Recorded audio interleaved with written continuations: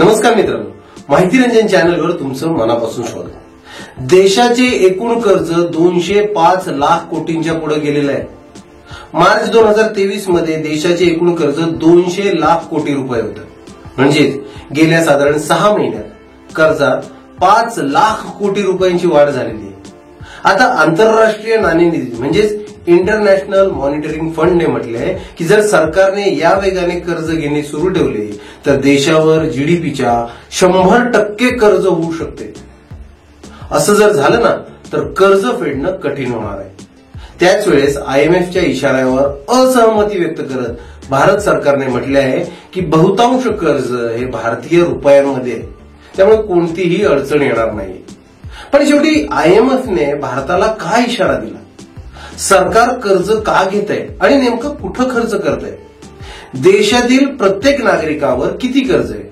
अशाच साधारण 10 प्रश्नांची उत्तरं जाणून घ्या आपल्या माहिती रंजन चॅनलच्या माध्यमातून। चला सुरू करूया ही मनोरंजक सफर। मित्रांनो, त्याआधी एक छोटीशी विनंती, ज्या मित्रांनी अजूनही आपल्या चॅनलला माहिती रंजन या चॅनलला सबस्क्राईब केलेलं नाही त्यांनी आठवणीने या चॅनलला सबस्क्राईब करा, आपल्या सर्व व्हिडिओना लाईक आणि जास्तीत जास्त शेअर करा। मित्रांनो, या संदर्भातील पहिला प्रश्न आहे की भारत सरकारवर एकूण किती कर्ज आहे आणि गेल्या 9 वर्षात ते किती वाढले?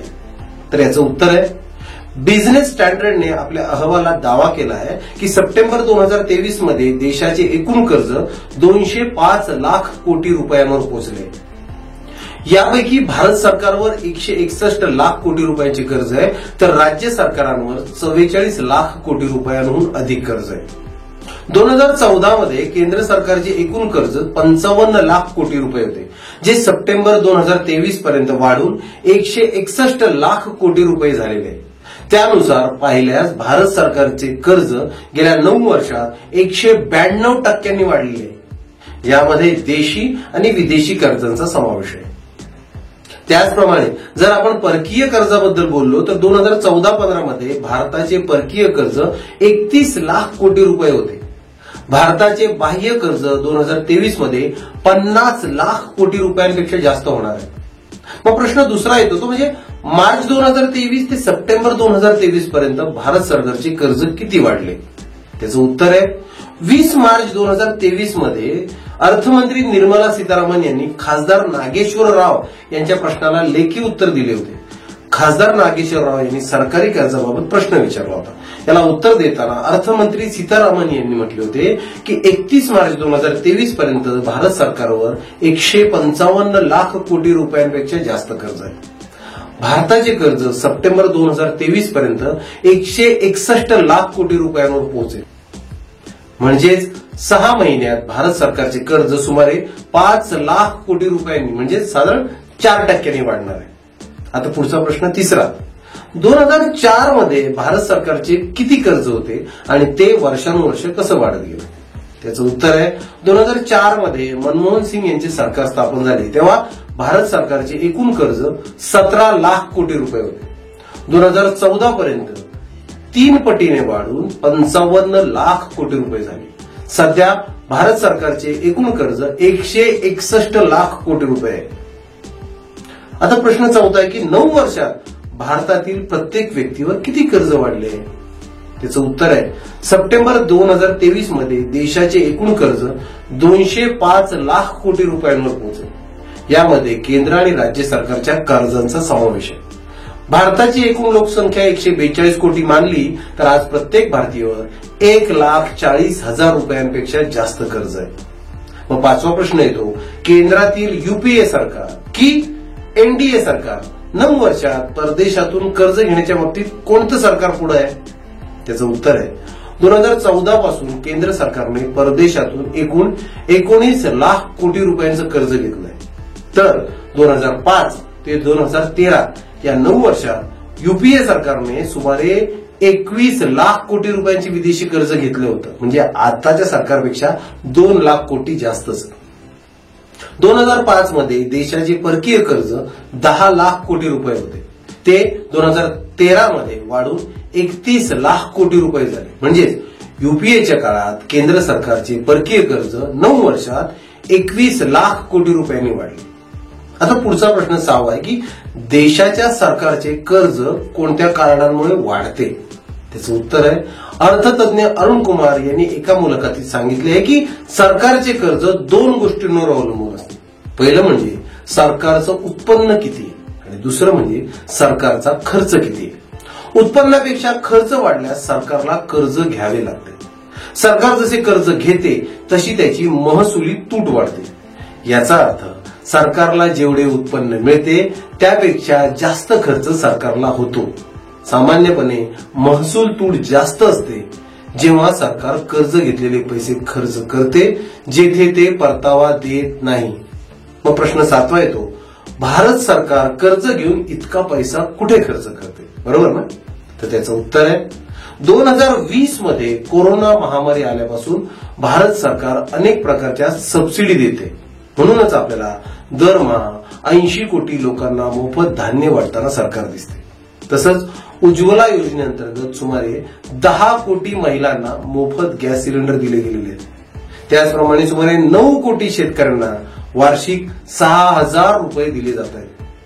पुढचा विषय आहे की पंतप्रधान आवास योजनेअंतर्गत आतापर्यंत 2 कोटी लोकांना घरे बांधण्यासाठी आर्थिक मदतही केली गेली. अर्थतज्ञ परंजॉय गुहा ठाकूरदा एका मुलाखतीत सांगतात की 2014 मध्ये सत्तेत आल्यानंतर मोदी सरकारने अनेक मोफत योजना सुरू केल्या. लोकांना मोफत वस्तू देण्यासाठी सरकार पैसे घेते. सबसिडी, संरक्षण आणि इतर तत्सम सरकारी खर्चामुळे देशाची वित्तीय तूट वाढते. मोफत योजनांच्या बाबतीत भाजपप्रमाणेच राज्यातील काँग्रेस सरकारी मागे नाहीत बरं का. त्यांनीही अनेक योजना राबवलेल्या आहेत. जसे राजस्थानमध्ये गेल्या काही वर्षांमध्ये इंदिरा गांधी मोफत मोबाईल योजना, मोफत स्कूटी योजना, मोफत रेशन योजना तिथे राबवली जात होती. मग पुढचा 8वा प्रश्न आहे, देशाचे कर्ज आणि महागाई यांचा काही संबंध आहे का? तर मित्रांनो, देशातील कर्ज वाढल्याने महागाई वाढते का असा प्रश्न प्रत्येकाच्या मनात निर्माण होतो. या संदर्भात केअर रेटिंग एजन्सीचे प्रमुख अर्थतज्ञ मदन सबनवीस यांच्या मते देशातील कर्जवाढ आणि महागाई यांचा तसा थेट संबंध नाही.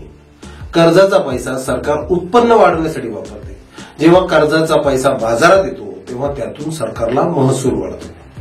कर्जाच्या पैशाचा गैरवापर झाल्यास महागाई वाढू शकते असेही ते म्हणतात. उदाहरणार्थ, कर्ज काढून घेतलेले पैसे जर सामान्य लोकांमध्ये वाटले तर लोक जास्त वस्तू खरेदी करू लागतील.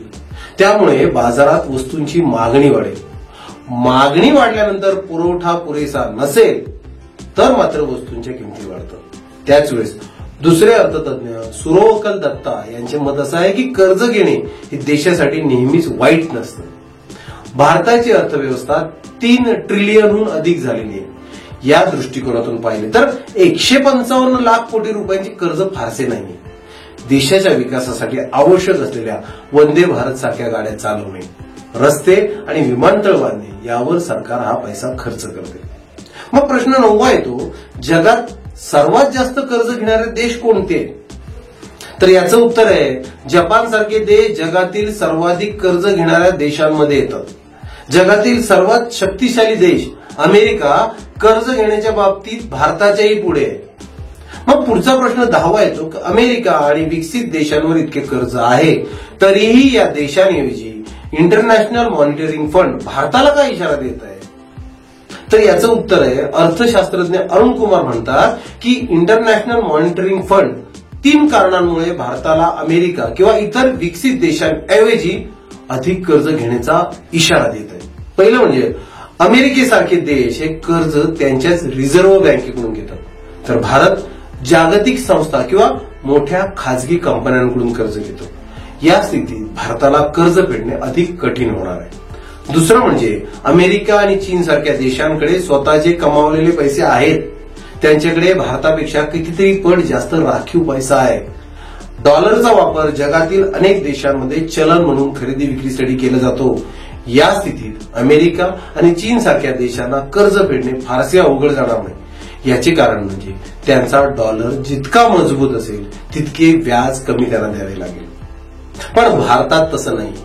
आणि तिसरं म्हणजे भारताच्या अर्थव्यवस्थेतील बहुतांश पैसा पोर्टफोलिओ गुंतवणूक आणि एफडीआय मधून येतो, तर विकसित देशात असे होत नाही. तिथली अर्थव्यवस्था भारतापेक्षा खूप मजबूत आहे. याचे उदाहरण म्हणजे 2008 मध्ये सुरू झालेल्या आर्थिक संकटाचा सर्वाधिक फायदा अमेरिकेला झाला. मग मित्रांनो, तुम्हाला काय वाटतंय? आपले आत्ताचे मोदी सरकार जे ठरवतंय की जे किंवा ज्या योजना आणतंय त्या बरोबर आहे? त्यांनी घेतलेलं कर्ज योग्य आहे? तुमच्यावर असलेलं 1,40,000चं कर्ज कमी आहे की जास्त आहे? आणि 2024 मध्ये या धोरणामुळे मोदी सरकार पुन्हा निवडून येईल? तुमचं मत काय ते बिनधास्त कमेंटमध्ये ठोका. पुन्हा भेटू अशाच मनोरंजक व्हिडिओ सोबत. तोपर्यंत स्वतःची काळजी घ्या. हसताय ना? कायम हसत राहा. जय हिंद, जय महाराष्ट्र.